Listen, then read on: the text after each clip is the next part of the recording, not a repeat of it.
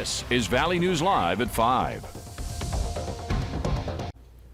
Good afternoon, everyone. A downtown Fargo bartender has a warning for other restaurants and bars in the metro tonight on an alleged scammer hitting the area. He told Valley News Team's crime and safety reporter Bailey Hurley that it's a scheme involving spilled wine and fake receipts. At least 4 different restaurants in downtown Fargo have dealt with the same man coming in with the same problem. One of the servers spilled wine on his wife's dress. And the man is usually carrying a dry cleaning receipt like this, totaling $39.99 for removing that wine stain. It said Concord Dry Cleaning, and I was like I know Camelot in town and some other ones. I didn't recognize this one. And that's because when you search Concord Dry Cleaning, you get a business based only in Kentucky. He's trying to get essentially $40 from all the bars. Haldy's already seen the alleged scammer twice, once last week while working at Dempsey's and again last night at his other gig at Side Street. I was like, oh no, not this time. Not today. And he comes in and it was like, hey, someone spilled wine on my wife's dress. And I was like, no, you're scamming us, I already know. And he's like, no, I'm not, I'm really not. Staff say the man was also at the Radisson's Level 2 bar and restaurant last week and Mezzaluna last night. No business wants to lose money that they don't have to. Haldy says while the scam is already well known among downtown establishments, he wants to get the word out tonight in case the man starts hitting West Fargo or Moorhead, urging servers to always be wary and on high alert. In downtown Fargo, Bailey Hurley, Valley News Live. Not sure what that one was. We're told that the man is white, believed to be in his 40s or 50s with a slim build, and Haldy says that the man was wearing a baseball cap and he had a southern accent. Now, Fargo police say they have not received any reports on these incidents, but they add that someone would likely face charges of theft by deception. This story came to us through our whistleblower hotline, and if you need help with an issue, call the phone number right there on your screen at 701-237-6576. Leave your tip. A member of our investigative team will go to work to expose the truth and help you find resolution. We're following a developing story for you now out of West Fargo. The assistant chief for the police department has been placed on paid administrative leave due to an ongoing internal investigation unrelated to criminal matters. Assistant Chief Jerry Boyer has been with the department for 15 years, over 15 years, and he's been in law enforcement for over 20 years. No other details are being released at this time. We've been able to enjoy another day of nice weather conditions, and you'll want to get outside while you can. Hutch is back after a few days off and has some details on what's to come. Hutch, you look rested and ready to go. We are rested. We are ready to go. Good evening, everyone. And on this hump day, we are expecting more rain. And taking a look at our camera out at the Dakota Magic Casino, a lot of haze from wildfires way on the west coast impacting some in our area. Clouds starting to first alert weather day. Here's what you need to know. There's a few things that we're watching for. Number one, late tonight and through the overnight, a chance of developing showers and thunderstorms. The severity risk looks very low. We may see one or two that become strong. Other than that, though, it looks like rain. Periods of that rain will be heavy throughout the day tomorrow, and it lasts from pre-dawn hours until sunset for many locations. Some could see over 3 inches of rain. Here's where the best chance of seeing the heavy rain of 1 or more inches of rain will be: the southern Red River Valley and northeast North Dakota. We'll see, even in the blues, that many of us get a good 1/4 inch of rain. And right now, some of that shower activity starting to push in with a couple rumbles of thunder not far from you in Carrington, south towards northern parts of Stutsman County. We'll keep our eyes on that, but the best risk for anything severe will be way down to the south tonight. Coming up, we'll have hour-by-hour details on when the rain starts, where it goes, and whether, Mike, you'll be able to get out with the golf clubs in the morning. All right. Thanks so much. You bet. There's new information this afternoon on a serious motorcycle crash. The Highway Patrol has identified a person involved in that crash as 47-year-old Stephanie Rindy of Fargo. Troopers say she was thrown from her motorcycle when she went off the road and rolled near Mapleton along I-94 last night. She was airlifted to a hospital in Fargo with serious head injuries. Her current condition is not being released. New for you now at 5 o'clock. 3 people detained by Bemidji police this morning after officers took a report of gunshots in the 900 block of 26th Street Northwest.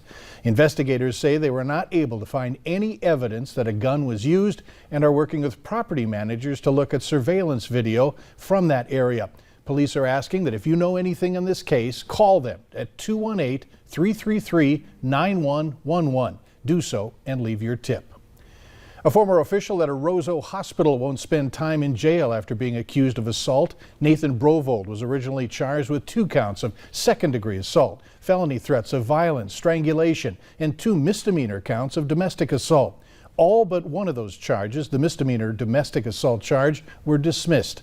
A Roseau County judge sentenced him to a year of supervised probation. Brovold cannot use alcohol and drugs, cannot enter a bar or liquor store. He must also complete a domestic abuse batterers intervention program. The Stutsman County Sheriff's Office and North Dakota Stockmen's Association are offering up to $40,000 to crack a case involving over 50 dead cows. 58 pregnant cows were found dead in a pasture on the Arrowwood National Wildlife Refuge. Investigators say the deaths were not from natural causes, and this case may be connected to 2 separate fires on the Amundsen Ranch in April that caused nearly $200,000 in damage. Anyone with information should call the tip line. That number is on your screen. North Dakota Governor Doug Burgum says COVID case counts in the state are set to outpace last fall's spike. The governor says the vast majority of people currently hospitalized with COVID-19 in North Dakota are unvaccinated. So across the southern states with low vaccination rates, they're seeing this surge in hospitalizations, and we want to make sure that North Dakotans know that that the risk is real, that with the low vaccination rates we have in our state and parts of our state, that we could be finding ourselves in that same kind of position. Meanwhile, as COVID numbers continue to rise across the Red River Valley, healthcare officials warn hospitals are running out of room. Sanford Health Vice President and Medical Officer Dr. Doug Griffin says the Fargo hospitals are at capacity with 34 COVID patients, 8 in the ICU, and 500 regular patients. So we will continue to operate at high capacity, but we may have to make some choices, reduce surgery schedules, cut back on other things.